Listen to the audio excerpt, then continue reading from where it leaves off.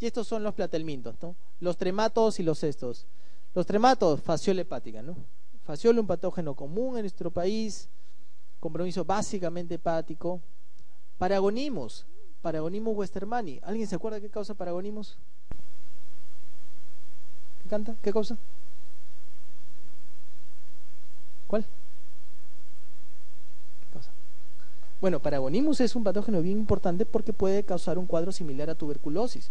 Puede comprometer el pulmón, puede dar lesiones cavitarias. Esas tuberculosis de guánuco que vienen, que no mejoran el tratamiento, MDR, XDR, todo negativo para TB, un diferencial es esto. Este parásito puede afectar el pulmón, puede causar hemoptisis, puede causar lesiones cavitarias en el pulmón.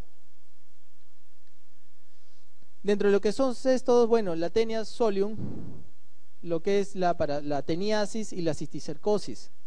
¿Cómo se adquiere la cisticercosis? ¿Qué tengo que consumir yo? El huevo, ¿no? ¿Sí? Y la teniasis básicamente es por el cisticerco, por la carne de cerdo mal cocida que tienen los cisticercos. Difflubotrium latum o pacificum. Difflubotrium pacificum es una causa de deficiencia de vitamina B12.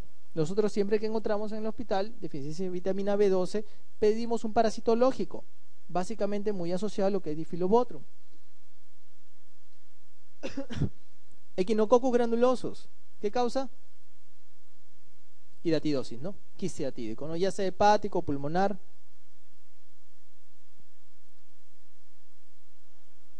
Ahora vamos a hablar de lo que son las enfermedades emergentes y reemergentes. En realidad este tema es un tema bien interesante y como se dan cuenta hay un montón de enfermedades emergentes y reemergentes. Ahorita vamos a hablar solo de algunas porque en realidad nos llevaríamos, no sé, pues toda la semana hablando de todas estas, ¿no? Hay un montón. Hay algunas enfermedades, este es un mapa un poco antiguo, ya más o menos unos 8 años, donde mencionan algunas enfermedades que son nuevamente emergentes o reemergentes. Nuevamente emergentes son enfermedades que recién las reconocemos. Reemergentes son enfermedades que ya han estado antes, que han causado enfermedades, que han causado epidemias, pero otra vez las estamos viendo. Y deliberadamente emergentes son las enfermedades que se asocian a lo que es bioterrorismo. Entonces acá tenemos múltiples enfermedades, ébola por ejemplo, que vamos a hablar algo más adelante, ¿no? Una enfermedad reemergente con grandes epidemias en lo que es el África, ¿no? Este tipo de coli, la gripe aviar, ¿no? H5N1, hantavirus, que también hemos tenido casos en el Perú. Marsa, ¿no? Marsa en realidad es un patógeno muy prevalente en lo que es Estados Unidos, ¿no? Al igual que nuestra población y en realidad creo que en todo el mundo, ¿no? Y vamos a hablar primero de fiebre chikungunya. Fiebre chikungunya en realidad ya llegó al Perú, entró por Ecuador. Ya hay casos reportados de fiebre chikungunya. Y lastimosamente fiebre chikungunya con dengue están causando una enfermedad, gran cantidad de casos en lo que es la costa norte. Piura, Tumbes, hay un montón de casos. Esta fiebre chikungunya es un virus RNA monocatenario del género alfavirus de esta familia, la familia Togaviridae, es un virus RNA. Se transmite por los mosquitos del género Aedes. Cuando es en el área urbana, Aedes aegypti, que también transmite el dengue. Y Aedes albopictus es en el ámbito rural. Periodo de incubación de 3 a 7 días. La clínica, similar a muchas virosis, fiebre, artralgia y exantema.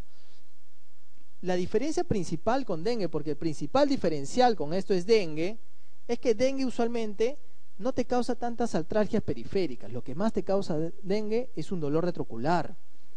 Es dolor más central. En cambio chikungunya te da más periférico, el compromiso osteomuscular es más periférico.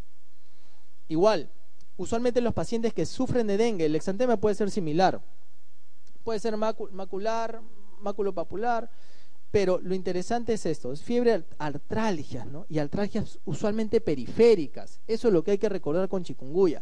Otra cosa diferente de chikungunya con dengue, las artralgias pueden durar meses. Puede dar síndrome de dolor crónico, altamente invalidante. En otras zonas de realidad hay varios estudios con respecto a esto. Lo que no te causa dengue. Dengue te va a causar algunas semanas el cansancio, pero ahí te va a pasar. No vas a quedar con artralgias periféricas como sí puedes quedar con chikungunya.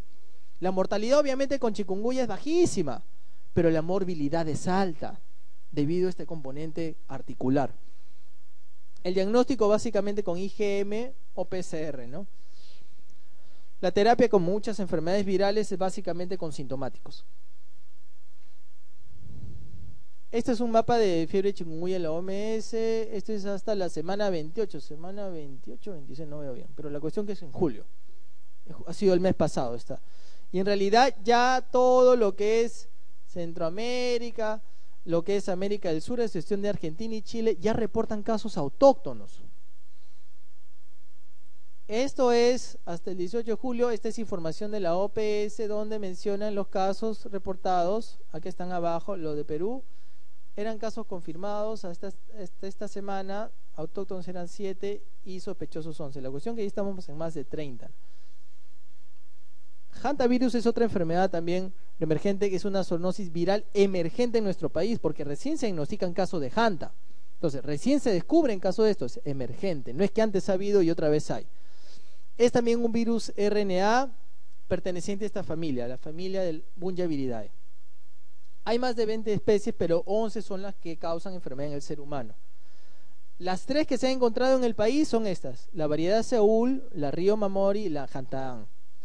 Como vamos a ver un gráfico más adelante, Hantaan en realidad fue el primero que se había encontrado. Año 2009, 2010, ya habían estudios de cero prevalencia en que se encontraban personas que no habían tenido mayor enfermedad y que tenían algún estudio serológico para virus Hantaan positivo.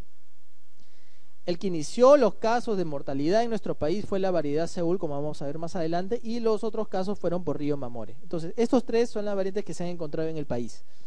La transmisión es por contacto con roedores y sus secreciones, básicamente lo que son las orinas. Periodo de incubación de 1 a 3 semanas. Ya hay 2 cuadros clínicos que típicamente te produce hantavirus: el compromiso renal y el compromiso cardiopulmonar. Ciertamente el cardiopulmonar es el que más mortalidad tiene. ¿Cómo diagnosticamos hantavirus? Serología a través de pruebas de ELISA, inmunoblot o PCR. La terapia básicamente es con soporte. Ribavirina puede o no puede ayudar, al igual que corticoides, básicamente en la fase cardiopulmonar. Este es un cuadro bien interesante porque menciona algunos estudios de cero prevalencia donde ya se encontraba IgG positivo para hantavirus, ¿no? En algunos en pacientes febriles, pero en otros también en agricultores de arroz asintomáticos, ¿no? No tenía ningún síntoma y ya había una prevalencia. O sea, ya se sabía que el virus estaba circulando, pero todavía no se habían diagnosticado casos severos por esta enfermedad, ¿no? Entonces, el primer caso, el caso índice fue este, que fue en Iquitos, fue una mujer que falleció.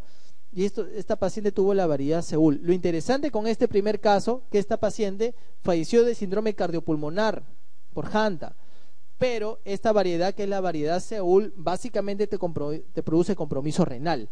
Esa fue una discordancia, pero en realidad fue lo que se encontró y por eso de ahí se menciona, ¿no? Otro cuadro cardiopulmonar sí es por Río Mamori, que sí típicamente causa esto, ¿no? Esto es del año pasado, más o menos en enero y febrero, donde se mencionan algunos otros casos. Hasta ese entonces eran más o menos 8 casos confirmados de hantavirus en el país. Estos 2 que estuvieron, que fueron los 2 últimos que estuvieron en Lima, en el Hospital Santa Rosa, los 2 no fallecieron, los 2 salieron de alta. Y eran una pareja de enamorados que se fueron en estos lodge en Iquitos y adquirieron esta enfermedad. Ébola en realidad es una enfermedad que ustedes, yo estoy totalmente seguro que han leído un montón, porque ha habido un montón de información de ébola. En todo lado ha habido información de ébola. Ha habido en las noticias, en la televisión, en la radio. Si están suscritos a alguna página como Medscape, les envían un montón de información, y ébola ha sido un tema muy frecuente. ¿Por qué? Porque produjo una epidemia bien importante. Está clasificado dentro de los que son los virus hemorrágicos virales. Tiene una alta letalidad, ¿no? El virus RNA usualmente es monocatenario y pertenece a esta familia Filoviridae. 5 tipos de virus ébola: el Zaire, Sudán, Costa de Marfil, Bundibugyo y Reston. El último que está causando la epidemia, que en realidad ya está en bajada, es la variedad Zaire, que dentro de todos es el que más mortalidad tiene. La transmisión básicamente de ébola a través de contacto directo con secreciones, con líquidos corporales, con tejido de animales o personas infectadas, con muertos. El reservorio se piensa que son los murciélagos de la fruta, ¿no? El número mágico, que es el periodo de incubación, es 11 días. Es decir, cuando había sospecha de un caso de ébola y tenía contacto con un paciente, tú lo tenías el paciente en aislamiento, en cuarentena por 11 días. Ese, no sé si se acuerdan, pero ese era el número mágico. Si pasaba luego de 11 días, si no desarrollaba fiebre, tú le dabas de alta. Y así fue como se manejaron los casos de ébola en Estados Unidos y también en Europa. 11 días era el número. ¿Qué es lo que presentaron los pacientes con ébola? Fiebre, cefalea, náuseas, vómitos, falla renal, hemorragias por trastornos de coagulación, shock, mayormente hipovolémico, por el sangrado. El diagnóstico de ébola es básicamente un diagnóstico molecular, utilizando PCR. Ahora, ¿cómo se trataron los casos de ébola? Soporte, básicamente es tratar las complicaciones. ZMapp, que son anticuerpos monoclonales, el 50% funcionó, el 50% no. La vacuna todavía no está 100% desarrollada, pero aún hay estudios. Esta enfermedad también es una enfermedad bien importante, donde probablemente también han escuchado algunas noticias de esto, de coronavirus. Esta es una nueva variedad de coronavirus que produce este síndrome. Síndrome respiratorio del Medio Oeste causado por el coronavirus. Este es un virus RNA monocatenario, pertenece a este género, beta-coronavirus. El reservorio principal son los murciélagos y los camélidos. No se sabe bien cómo llega esto al ser humano. Se piensa que puede ser una zoonosis. No se sabe bien si hay transmisión humano-humano. Y lo que clínicamente produce es fiebre muy alta, fiebre 39, 40 grados, y bruscamente entra en insuficiencia respiratoria, con difusión multiorgánica. El diagnóstico de esto es básicamente con carga viral en los líquidos, que son secreciones respiratorias, lavado broncoalveolar e inmunofluorescencia indirecta. Igualito como los otros virus que hemos visto, básicamente soporte. Ribavirina e interferón se está probando, todavía no está 100% demostrado su utilidad. Ahora vamos a hablar de lo que son las infecciones intrahospitalarias. En realidad las infecciones intrahospitalarias son un gran problema de salud, no solo para nosotros, estas son problemas para salud en todo el mundo, ¿no? ¿Por qué? Porque cada vez son más prevalentes. La tasa de morbilidad, de mortalidad son muy altas comparado con otras infecciones comunitarias. Ocasionan gran cantidad de costos en salud. Muchos de los costos en salud se ven influenciados por tratar estas infecciones, ¿no? Lo que se conoce es que una enfermedad nosocomial se desarrolla luego de estar 48 a 72 horas hospitalizado, ¿no?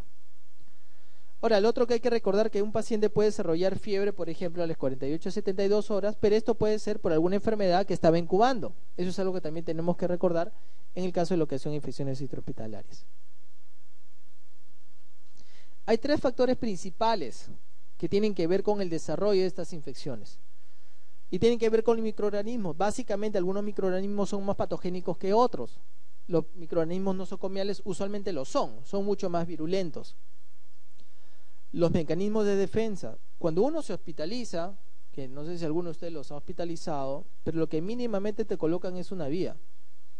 Les pueden colocar una sonda Foley, en casos severos pueden entubarlos, pueden colocarle un catéter. Entonces se rompen los mecanismos de defensa, hay disrupción de la piel, disrupción de las mucosas. Entonces eso es otro factor importante para el desarrollo de infecciones nosocomiales. El medio ambiente, igual si estás en una UCI, si estás en una cama hospital, de hecho que hay muchas más posibilidades de desarrollar estas infecciones porque estos microorganismos están ahí. Entonces no es solo el microorganismo, es que el microorganismo está donde tú estás. Y dentro de esto hay dos posibles orígenes para estas infecciones: que vengan de la flora endógena o que vengan de la parte exógena, que es del medio ambiente.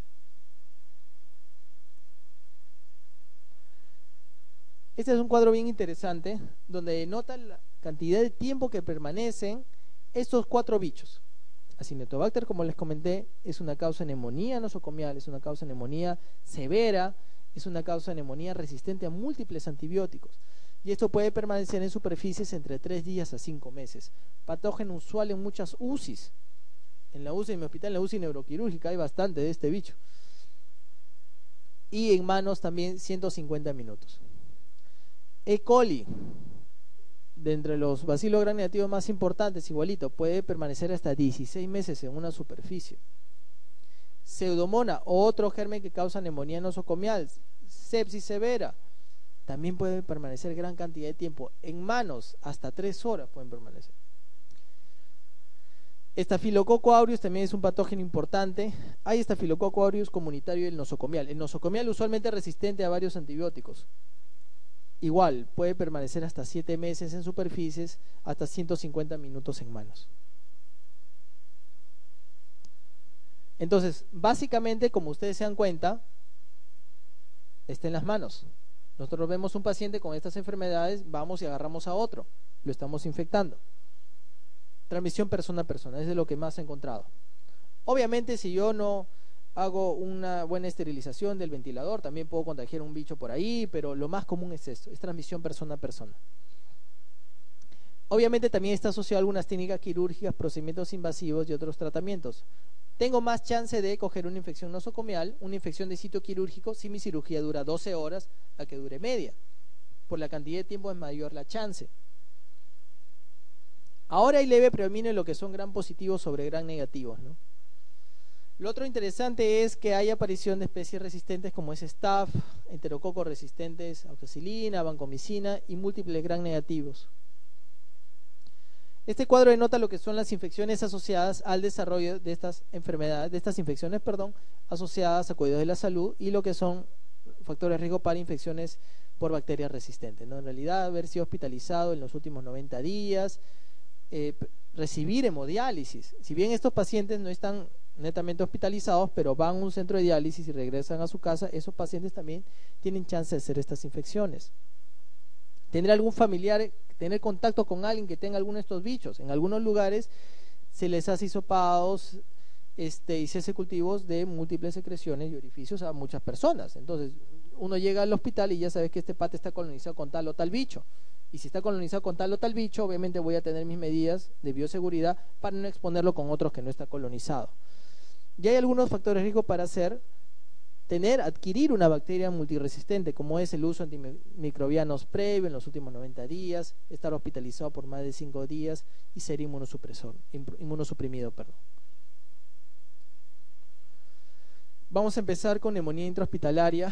En realidad, neumonía intrahospitalaria, de lo que he revisado las múltiples series nacionales, es probablemente la causa más común de infección intrahospitalaria. Hay varios estudios. Lastimosamente, MINSA no actualizó sus cifras del año 2006, creo, son más de 10 años que no actualizan cifras. Pero cuando uno busca reportes de infecciones nosocomiales en el país, va a encontrar neumonía nosocomial, probablemente se juntan todas como la causa más frecuente de estas infecciones. Lo malo es que tiene una alta letalidad y es la causa infecciosa que más mata en los pacientes hospitalizados. Es 4 veces más frecuente en pacientes entubados, obviamente. Disrupción de mucosas, es más fácil que entre un bicho y entra directamente a la vía aérea inferior. 24% de estancias prolongadas, hay factores riesgos asociados, como ya estar colonizado. Si estoy colonizado y meto un tubo, obviamente estoy transportando esos bichos a la vía respiratoria baja. Aspiraciones de contenido orofaringeo y alteraciones del mecanismo de defensa. Estas 3 definiciones son importantes. Neumonía adquirida en el hospital, también llamada neumonía nosocomial. Una neumonía que ocurre en un paciente que está más de 48 horas hospitalizado. Neumonía asociada a ventilador, paciente que obviamente está entubado. Y neumonía asociada a cuidado de la salud. Esto es algo bien importante, porque muchas veces en los hospitales nosotros vemos pacientes que ingresan con neumonía y entran con el diagnóstico de neumonía comunitaria. Y neumonía comunitaria, ¿qué antibióticos le suelen dar? ¿Cuál? Ceftriaxona, ¿sí? Ceftriadoxi, tal vez es de lo más usual, de terapia empírica para pacientes de neumonía comunitaria que voy a hospitalizar. Pero no se menciona que este paciente ya está hospitalizado antes, que ha tenido contacto con servicio de salud, que viene a una casa de reposo. Obviamente este paciente tiene alta chance de morir. ¿Por qué? Porque tal vez los bichos que tiene no son de la comunidad, no es como que ustedes le den una neumonía. Ustedes vienen de la casa, bueno, ustedes también están asociados al cuidado de la salud, porque ustedes son personal de salud. Y tal vez, bueno, ahorita no sé si están en mucho contacto con hospitales, pero si lo están, sí entran también, porque están en contacto con estos bichos. En su día a día están en contacto con estos bichos. No les están dializando, no les están haciendo nada. Pero si ustedes desarrollan neumonía, también sería una neumonía asociada con la salud.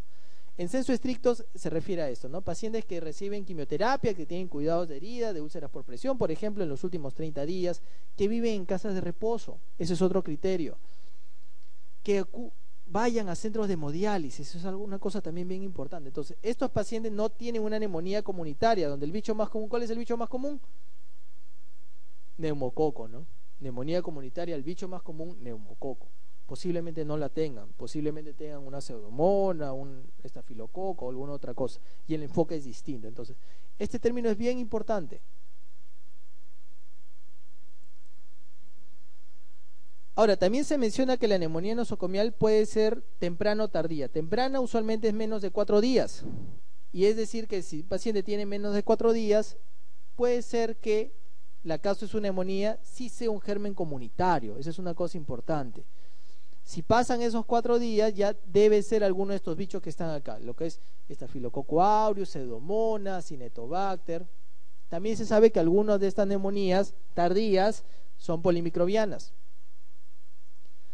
Básicamente, el diagnóstico de neumonía nosocomial es un paciente que desarrolla fiebre más síntomas respiratorios estando hospitalizado. Más de 48 horas, bingo, eso debe ser una neumonía nosocomial. Eso es la parte clínica. Yo debo ver radiológicamente, ya sea en placa o en tomografía, un nuevo infiltrado. Y la otra parte del diagnóstico es el microbiológico, ¿no? Obviamente yo puedo hacer un cultivo de esputo, pero también podría hacer un lavado bronquiolo-alveolar en los pacientes básicamente que están entubados. Es mucho más sencillo de hacerlo, y está entubado. Tengo que aspirar nomás secreciones. El tratamiento de la neumonía nosocomial, hay un tratamiento empírico.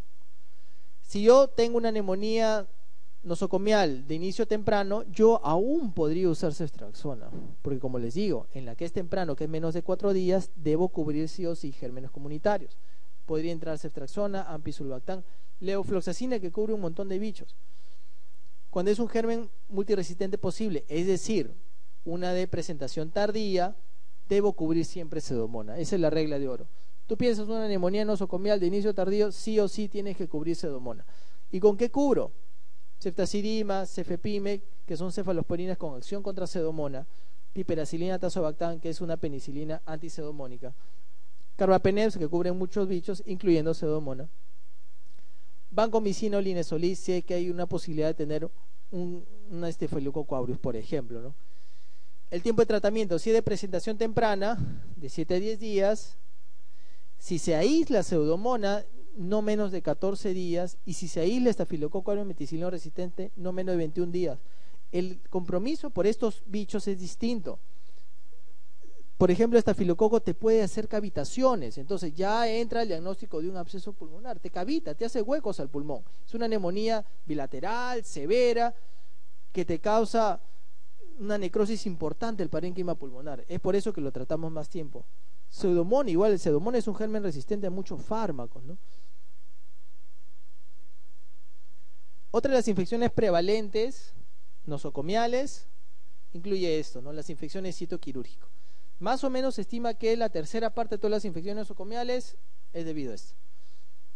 Causa 40% de todas las estancias prolongadas por infecciones es por esta entidad. El periodo de incubación es de 5 a 7 días. Ya hay factores de riesgo bien definidos para hacer una infección de sitio quirúrgico. La técnica operatoria, la enfermedad de fondo, obviamente un paciente que tiene un cáncer tiende a hacer más estas infecciones. Edad avanzada, los ancianos. La inmunosenescencia es importante. Es decir, que nuestro sistema inmune va envejeciendo, envejece nuestra piel, envejece nuestro sistema inmune, y la capacidad de reacción temprana ante una de estas infecciones es mucho más tardía. Drenajes, básicamente un paciente que le operan el abdomen puede tener una sonda nasogástrica, puede tener una sonda urinaria, puede tener una sonda rectal, entonces eso también es importante. Rasurar, que en realidad ya no se suele hacer. Tiempo quirúrgico prolongado, más tiempo, más chance. Y tener alguna infección en otra localización, porque si yo hago un acto quirúrgico es una situación de estrés, y algún bicho que estaba en una otra zona se puede ir a la sangre y sembrar en otra localización. En esta definición se incluyen desde celulitis nosocomial hasta colecciones intracavitarias, lo que son los abscesos. Diagnóstico, básicamente, si es de piel, es de un diagnóstico clínico, una herida que no cierra, con signo de flugosis, con secreción, eso es el diagnóstico, no tengo que hacer mayor cosa ahí. Pero si sospecho un absceso, obviamente tengo que tener imágenes, ¿no? Los agentes etiológicos, de afuera o sea, de arriba, de lo que es piel, obviamente tengo que cubrir staph, siempre tengo que cubrir Staphylococcus aureus o los coagulasa negativos. Si es más absceso, cubrir más bacterias entéricas, enterobacterias, y anaerobios, obviamente, si hay manipulación de intestino. Yo puedo sospechar de estreptococo grupo de beta hemolítico del grupo A o Clostridium en infecciones operatorias de inicio rápido, de curso muy tóxico, como más adelante vamos a ver, tipo lo que son las fasciitis. Y el tratamiento de esto incluye antibióticos, drenajes y excisión. La hito social catéter en algunas series van a ver que es muy frecuente en pisos de medicina. Esta es una infección muy frecuente en pisos de medicina, en todos los hospitales del mundo. En algunos más que otros, obviamente, ¿no? Y es porque estas infecciones son frecuentes porque las personas cuando ingresan a un hospital muchas veces le colocan una sonda Foley. Y la sonda Foley muchas veces no tiene sentido de estar ahí, salvo que sea algo de un monitoreo muy estricto de lo que es la diuresis en un paciente que no se puede parar y juntar su orina. Lo importante con esto es que es un factor de bacteremia, o sea, empieza en la orina, empieza en la vía urinaria y llega a la sangre. Es un factor de riesgo para hacer bacteremias. Hay que recordar también que el riesgo aumenta entre 3% a 10% por día que tiene una sonda sin mayor utilidad. Es decir, ustedes cuando entran a la residencia y vean un paciente con sonda, pregúntense si realmente tiene que estar esa sonda ahí. Si tiene que estar la sonda, el paciente ya come y está con sonda nasogástrica. El paciente tiene vía y le pueden dar un fármaco por vía oral. El paciente tiene un catéter venoso y puedes colocar una vía periférica. Entonces, esto es bien importante y este es un ejemplo típico, ¿no? Lo mínimo que te da de riesgo es 3% día. Entonces, el paciente que está en 10 días, pues, ya pues tiene una chance alta de tener una infección asociada a catéter. Y es un reservorio importante de bacterias resistentes, ¿no?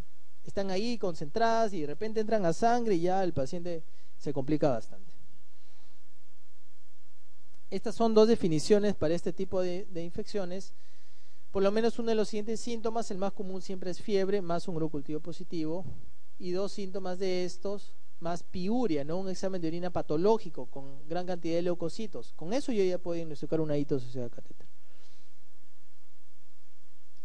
¿Qué es lo que más vemos? Igualito, E. coli. También seguimos viendo E. coli, pero este E. coli es diferente. Este E. coli es llamada BLE, que produce beta-lactamasa de espectro extendido. Las E. coli usuales son sensibles a muchos antibióticos, cefuroxima, amoxicilina, un montón de beta-lactámicos. Estas no, estas son usualmente resistentes a beta-lactámicos. También se pueden encontrar otros bichos en estas infecciones, como son enterococo, que es un gran positivo, como les comenté hace un rato. Candida también puede meterse a través de la sonda. Entonces, el tratamiento obviamente final va a ser en base al urocultivo, pero si un paciente está en muy mal estado, yo tengo que empezar una terapia empírica. ¿Y qué debo cubrir en mi terapia empírica? Sí o sí. ¿Qué bicho tengo que cubrir? ¿Cuál? E. coli, E. coli BLE, ¿sí?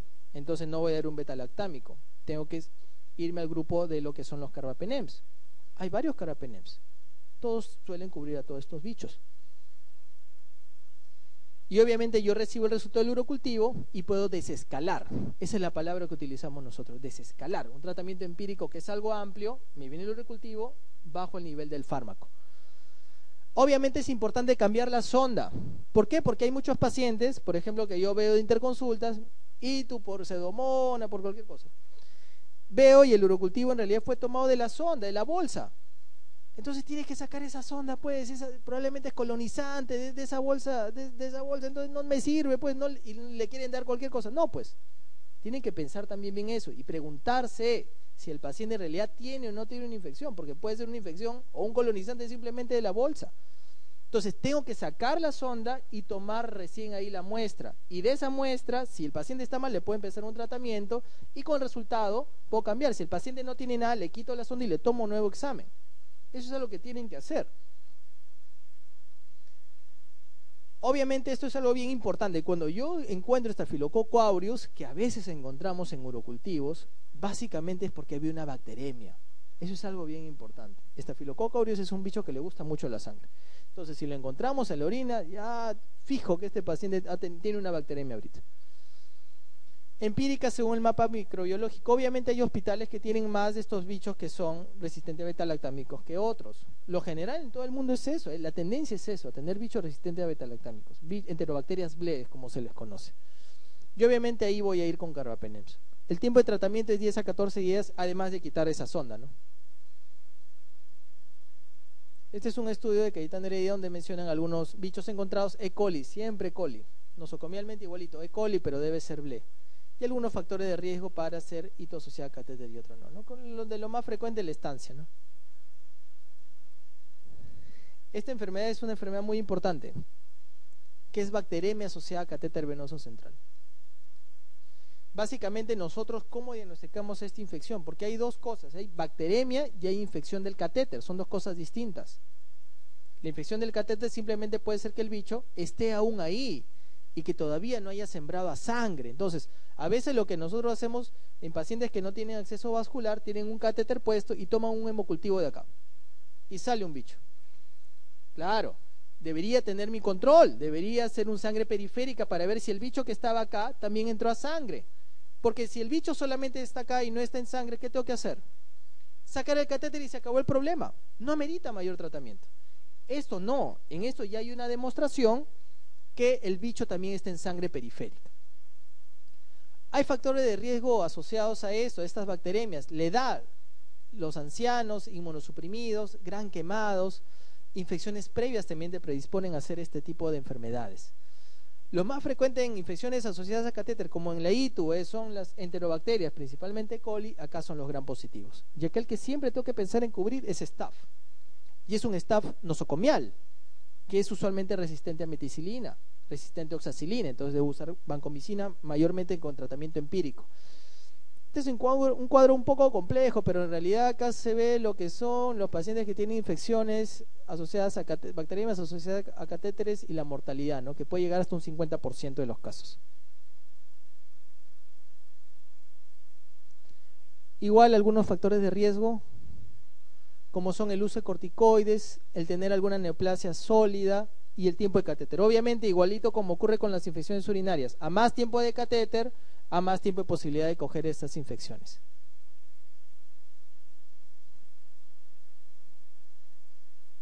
Como les comenté, Staph es algo que siempre tienen que pensar. Y lo otro importante es que Staph, al igual que otros bichos, producen biofilms. Estos biofilms lo que hacen es se pegan al catéter y hacen una capa gruesa que hacen difícil que entren los antibióticos. Es por eso que parte del tratamiento de esto es quitar el catéter, porque va a ser bien difícil que lo erradiques. Otro bicho que nosotros podemos encontrar en los pacientes que tienen nutrición parenteral total es esto, es cándida, ¿no? Cándida puede entrar a través de estas bolsas, porque son bolsas de nutrición que tienen los medios suficientes para que proliferen estos hongos. Entonces, si un paciente tiene una nutrición parenteral total asociada a este catéter, no solo debo pensar en estafilococo, debo pensar en cándida. Tratamiento específico, como le digo, banco, si es empírico sí o sí tiene que ir vancomicina. Hay otras drogas como linezolid, pero en general lo que se recomienda es banco. Cubrir pseudomonas o no pseudomonas según cómo esté el paciente. Si es un paciente diabético que ha tenido múltiples infecciones por pseudomonas, obviamente tengo que cubrir pseudomona. El tiempo de tratamiento es 10 a 14 días luego de tener hemocultivo negativo. Es decir, que el hemocultivo de sangre periférica yo usualmente lo controlo a las 48 horas. Si a las 48 horas son negativos, yo tengo que empezar a contar ahí, entre 10 a 14 días para suspender el antibiótico. Ahora, obviamente muchos de estos bichos, como son estafilococo y enterococo, le gusta mucho el endocardio. Entonces, en un paciente que tiene estas infecciones, es muy razonable descartar una endocarditis, hacer un ecocardiograma transtorácico. Es algo muy útil y es algo muy razonable. Y obviamente sacar el catéter. MARS es un bicho que le gusta el endocardio, pseudomonas, algunos hongos también. Todos, cuando sale de esto, yo tengo que sacar el catéter. Y esto es de infecciones, sí, esto también de infecciones asociadas a catéteres, es un estudio también en Perú donde se encuentran diferentes bichos, ¿no? En este estudio lo que encuentran es enterobacterias y estafilococos a la cabeza, ¿no? Y estos son los patrones de resistencia, ¿no? Que muchas de estas enterobacterias, como les mencioné, acá sale 40%, pero en realidad hay otros estudios que demuestran un 70% a estos betalactámicos. Pseudomonas, que igual es muy resistente a muchos fármacos, y Staph, ¿no? Meticilino resistente, 73%. Esto es algo similar a lo que es... esto lo que ve son infecciones en pacientes que tienen dispositivo, ¿no? Neumonía asociada a ventilador, la más frecuente es, como les comenté hace un rato, dentro de las infecciones nosocomiales en múltiples series, es esto, ¿no? Neumonía asociada a ventilador, seguido muchas veces por infección de tracto urinario. Como se dieron cuenta con el gráfico de hace un rato, están en las manos estos bichos. Entonces, una medida para controlar estas infecciones es el lavado de manos, que cada vez se hace más. Yo trabajo en salud y en realidad en Revalidati cada vez tenemos más, o sea, esta cultura de lavarnos la mano luego de ver un paciente. No sé si en muchos hospitales MINSAS también se está haciendo, pero la idea es eso. Múltiples estudios demuestran la utilidad del lavado de manos, totalmente demostrado. Es un método sencillo, barato de disminuir estas infecciones, ¿no? Es algo que entonces ustedes cuando sean residentes también tienen que hacer, siempre lavarse la mano, no esperar que el asistente diga, oye, anda, lávate la mano. No, ustedes solitos. Ven a su paciente, vayan a lavarse, sean clínicos o quirúrgicos.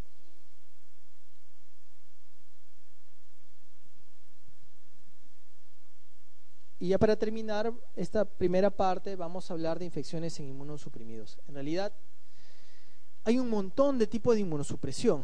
Acá hay algunos ejemplos y algunos bichos que son característicos.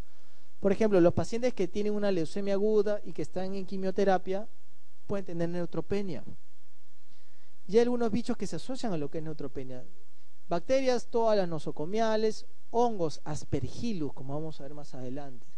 Cigomicosis o lo que es mucormicosis, cándida.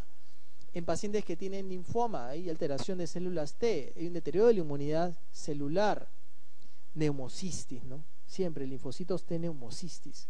Dentro de los otros bichos que te puede dar, igual te puede dar listeria, nocardia. Pacientes con deterioro de la inmunidad humoral, lo que ocurre con los pacientes con mieloma, igualito, infecciones bacterianas básicamente. Pacientes que son esplenectomizados, igualito, los encapsulados como vimos hace un rato. Pérdida de barreras de la piel, cualquier paciente que entra al hospital, bacterias, staph, bichos de la piel, estafilococo, epidermidis, coagulasa negativa en general, mucosas, pérdida de mucosas, quimioterapia, radiación, gérmenes que están en nuestro organismo, en la flora endógena, cándida por ejemplo, candidemias, flora oral. En trasplantados, en realidad, como vamos a ver más adelante, hay muchos hongos, principalmente cándida en órgano sólido. Y un paciente en realidad que recibe un tratamiento antibiótico está causando una inmunosupresión transitoria porque estás destruyendo todos los bichos que están en tu flora intestinal, por ejemplo, que no te causan ninguna molestia, te los estás bajando y hay una opción para que proliferen otros que sí son patógenos. Acá hay algunos ejemplos y bueno, este es trasplante hematopoyético que vamos a ver en un ratito. Entonces los neutrófilos son células básicas en lo que es la defensa, ¿no? Contra múltiples infecciones. Liberan gránulos, liberan enzimas, gránulos, se ingieren a las bacterias, le avisan al macrófago, oye compadre, anda, ataca. Tienen múltiples utilidades. Y lo interesante es que los pacientes con neutropenia, el único síntoma clínico que pueden tener, puede tener una neumonía, pero lo único que tiene es fiebre al inicio. Y en esos casos de neutropenia febril que vamos a hablar a continuación, el tratamiento temprano es importante. Es decir, hay otros pacientes que yo le puedo dar la chance, yo tomo un cultivo y voy a esperar ver el cultivo. Acá si esperas a ver el cultivo, el paciente ya se murió. Eso es algo importante a recordar con neutropenia febril. Entonces, lo interesante es que lastimosamente en la neutropenia febril el aislamiento microbiológico es bajísimo. Pocas veces encontramos un cultivo positivo, ya sea hemocultivo, cultivo de secreción, urocultivo, es bajísimo. Entre un 20 a 30% de todos los casos de neutropenia febril es lo que encontramos algo. Y mayormente en los que encontramos es en bacteremias, y las bacteremias es en 10 a 25% de todos estos casos, es ínfimo la cantidad. La capacidad de aislar un bicho en neutropenia febril es muy bajo. La mayoría proviene de la flora endógena. Gram negativos, en realidad la serie de neutropenia febril de hace muchos años ponían a la cabeza bacterias gram negativos, a la cabeza pseudomonas. En los últimos años los gram positivos son algo más prevalentes. Hongos, no pensar en hongos inicialmente. El hongo usualmente se mete después que estado algunos días el paciente con fiebre no respondió, antibióticos de amplio espectro, se bajaron a toda la flora endógena y ahí empiezan a aparecer los hongos. Hay traslocación. Los virus es poco frecuente, pero principalmente los que reactivan son de la familia herpes virus, ¿no? Principalmente lo que es el citomegalovirus. Esta es definición de fiebre, definición de neutropenia. Hay muchas definiciones de neutropenia. Lo más común, se habla de neutropenia febril, se refiere a un paciente con fiebre y que tenga una neutropenia severa, es decir, que tenga neutrófilos menos de 500. O que un paciente, por ejemplo, ayer me tuvo 1000, hoy día me tiene 800 y está con fiebre desde ayer, yo sé que mañana me va a tener 500 o me va a tener 400. Ese también lo considero dentro del grupo de neutropenia febril. como les mencioné, toma tu cultivo por si acaso encuentres al bicho y empieza a tratarlo. Ahora, obviamente yo voy a variar mi tratamiento empírico según el paciente que tenga al frente. Hay pacientes que, por ejemplo, tienen una neutropenia que va a durar menos de 7 días, no hay mayores comorbilidades. Usualmente los pacientes que tienen un cáncer de órgano sólido están en este grupo de riesgo, de bajo riesgo. Los de alto riesgo, los pacientes con síndrome mielodisplásico, que tienen neutropenias profundas, prolongadas, que tengan algunas otras comorbilidades, que tengan neoplasias hematológicas, es lo más común. Usualmente son considerados de alto riesgo, ¿no? Y este es un índice, un score para clasificar también algunos pacientes de alto o bajo riesgo. Ahora, obviamente, hay algunos criterios, es decir, yo veo un paciente que, por ejemplo, viene con neutropenia febril, es un paciente que está en contacto de salud y tiene algo de clínica respiratoria, y yo lo que tengo que cubrir es usualmente Pseudomonas. ¿Se acuerdan? Pseudomonas, nosocomialmente el bicho más común que tengo que cubrir. Pero también algunos tipos de gram positivos, como lo que ocurre con estafilococo, sí afectan el pulmón en paciente neutropénico. Paciente no neutropénico común y corriente, neumonía nosocomial, yo siempre tengo que pensar en Pseudomonas. Paciente neutropénico febril que también ha tenido contacto de salud. Si no entra como neumonía nosocomial, entra como neumonía asociada al cuidado de la salud porque está en contacto, están recibiendo quimioterapia. Sí puede tener un estafilococo en el pulmón. Y en general estas son algunas recomendaciones en qué pacientes yo tengo que dar una cobertura para gram positivos. Pacientes en shock, pacientes con sepsis severa, pacientes con compromiso pulmonar. Un hemocultivo que tenga un crecimiento a las 24 o 48 horas de un coco gram positivo, tengo que darle tratamiento.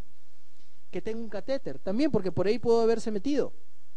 Infección, una celulitis, una miositis, que ya sea colonizado previamente por estos bichos, por estafilococo aureus, por enterococo, por neumococo resistente a penicilina, y que tenga mucositis severa.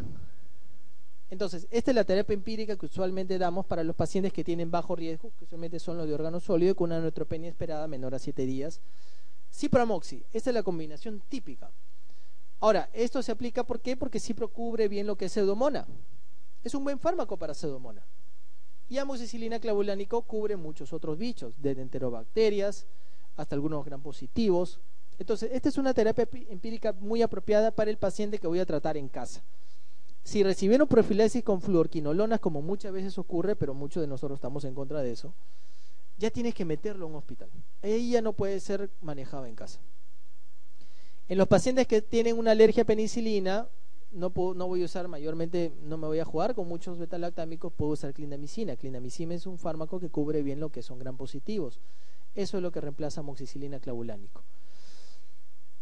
La infección, en realidad, yo voy a tratar esta infección hasta que el paciente recupere neutrófilos. Si encontré el foco, lo trato según lo que tuvo. Si trato neumonía, si tuvo una ITU. Y si no encontré el foco, si tiene mayor de 500 células, yo puedo darle hasta 48 horas luego de eso. Recupera células, luego recuperó, cayó la fiebre, espero 48 horas, puedo suspender tratamiento.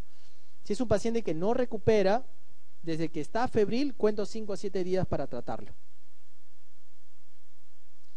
Y esto es en los pacientes de alto riesgo. Como se dan cuenta acá, ¿qué bicho estoy cubriendo acá sí o sí? Con todos esos fármacos. Pseudomonas, claro, son fármacos con acción anti-Pseudomonas. Ahora, en esta recomendación de fármacos contra Pseudomonas también hay algunas sugerencias de asociar un aminoglicósido. Ceftamica es una combinación clásica para neutropenia febril, que hasta ahora lo utilizamos, pero en realidad hay estudios comparativos que comparan, por ejemplo, ceftamica con lo que es un carbapenem, y lo que se ve que en un paciente que usa ceftamica hay mayor nefrotoxicidad. Entonces, ya por una neutropenia febril, que muchos pacientes están en estado de sepsis, que hay una injuria renal, voy a agregar un aminoglicósido. Entonces, muchas veces ya no lo usamos. Aún es algo que se puede usar, pero en realidad ya somos mucho más cautos. Antes era un dogma. Todo paciente le damos eso. Ahora puedo tratar con imipenem o meropenem también esa Pseudomonas que con una asociación de fármacos. Eso es algo interesante. Si hay mucositis severa, si hay sinusitis, si hay celulitis periodontal, si hay infección intraabdominal, hay cubra anaerobios. Del ángulo del 3 para arriba, ¿qué droga uso? Clinda, ¿no? Muy bien, clindamicina. Y del ángulo de 3 para abajo, metronidazol. A los que son alérgicos a penicilina se puede dar esta combinación de ciproclinda o astronam vancomicina. Para gram positivos resistentes, que es lo que, si yo cubro un gram positivo, tengo que pensar que es resistente en este grupo de pacientes, voy con banco, linezolida, daptomicina, que no tenemos en el Perú, las dos primeras sí están en el país, y tengo que cubrir hongos. Ahora, no siempre cubro hongos, esta es la salvedad. Paciente está con antibiótico-terapia amplia, estoy dando para gram positivos, para gram negativos, y luego de 4 a 7 días persiste febril. Eso tiene una chance alta de tener un hongo. ¿Qué hongo tiene? Es lo más probable que tiene, una cándida, y debe estar en sangre. Entonces doy fármacos contra cándida. Ahora, acá ven este fármaco caspofungina. Probablemente han visto caspofungina alguna vez. Algunos de ustedes, yo estoy seguro que lo han visto. Caspofungina es una droga, es una equinocandina que utilizamos para tratar las cándidas no albicans.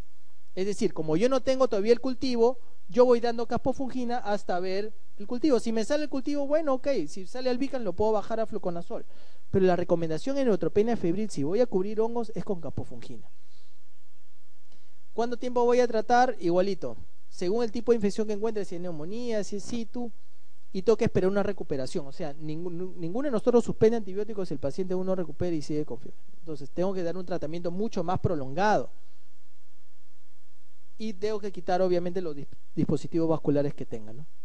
Este es un fluxograma de manejo, lo que es bajo riesgo, alto riesgo, bajo riesgo. Algunos pacientes puedo tratarlo en casa. Lo importante cuando trato en casa es que tenga acceso a servicios de salud las 24 horas, eso es importante, por si se deteriora pueda hospitalizarlo. Y esto es con lo que son de alto riesgo, ¿no? Que básicamente son con terapia endovenosa, con estos fármacos que hemos mencionado, ¿no? Que está aumentar banco o linezolida en caso de neumonía, minoglicosio a veces puedo usar. Y esto es algo bien importante, que son infecciones en trasplantados. En realidad, cuando nosotros vemos infecciones en trasplantados, lo diferenciamos de esta forma: órgano sólido u órgano hematopoyético. Esa es la diferenciación que siempre tenemos a considerar, porque algunos bichos son más frecuentes en órganos sólidos y algunos son más en órgano hematopoyético. Lo general es que el primer mes de tratamiento o post-trasplante sean bichos nosocomiales, como se ve acá. El primer mes, esto es en trasplantes de órgano sólido. ¿Y qué bichos nosocomiales hay? Marsa, Pseudomonas, algunas cándidas, esto es lo común. Clostridium, puede haber algunas reactivaciones, como puede reactivación de herpes simples, pero lo común es, el primer mes, infecciones nosocomiales. Los pacientes usualmente que se trasplantan tienen un catéter venoso, tienen una sonda urinaria, infecciones por catéteres, eso es lo común. Cuando uno ya va del primer al sexto mes, ya piensa en otros bichos, ¿no? En lo que es órgano sólido. Piensa en neumocistis, reactivaciones de CMV, probablemente el virus más importante en lo que es órganos sólidos y en este periodo de tiempo, y después también es citomegalovirus, ¿no? Es un bicho que en realidad reactiva mucho en estos pacientes. En trasplante renal es muy común, trasplante pulmonar altamente común. Entonces es un bicho que nosotros tenemos que sospechar que puede estar causando infección cuando un paciente, por ejemplo, tiene fiebre o tiene disfunción del injerto, empieza a fallar el riñón, puede tener reactivación de este bicho. Hay algunos otros virus, como son los poliomavirus, como es el becavirus, y también en esta etapa los pacientes pueden tener tuberculosis. En esta zona, después del mes al 6 meses, puede ser reactivación de una infección latente. TB entra acá. Esto es más o menos lo que hemos mencionado de algunos bichos que hay en el primer mes, del segundo al sexto mes, neumocistis, citomegalovirus, más frecuente en trasplante de órgano sólido, y luego en los 6 meses en realidad ya es como cualquier agente comunitario que podría tener o reactivación, ¿no? Esto es trasplante de órgano hematopoyético, trasplantes de médula ósea. El engrasmen es el prendimiento, es decir que en toda esta etapa, que más o menos son unos 5 o 7 días, yo al paciente le di una quimioterapia muy intensa que me bajé todo su sistema, me bajé toda su célula, toda su médula ósea me la bajé.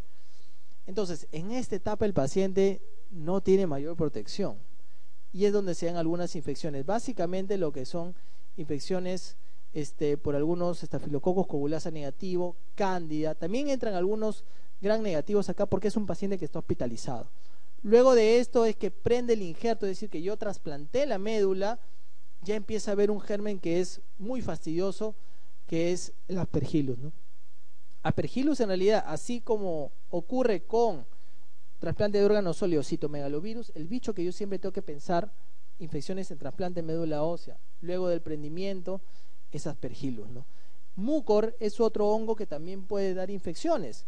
pero por prevalencia entre estos hongos que causan infecciones severas en pacientes trasplantados, siempre tengo que pensar en Aspergillus.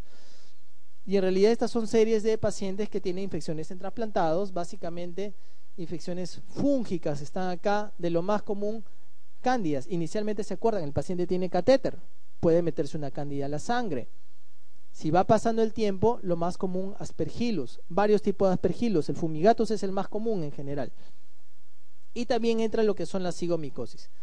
Acá están algunos factores de riesgo para lo que es candidiasis invasiva, candidemia, y lo que es aspergilosis invasiva. Dentro de lo que es candidemia, algunos factores importantes, cirugía gastrointestinal, ese es un factor de riesgo para hacer candidemia. Nutrición parenteral total, eso es otro. El tener un catéter vesical también. El ser anciano.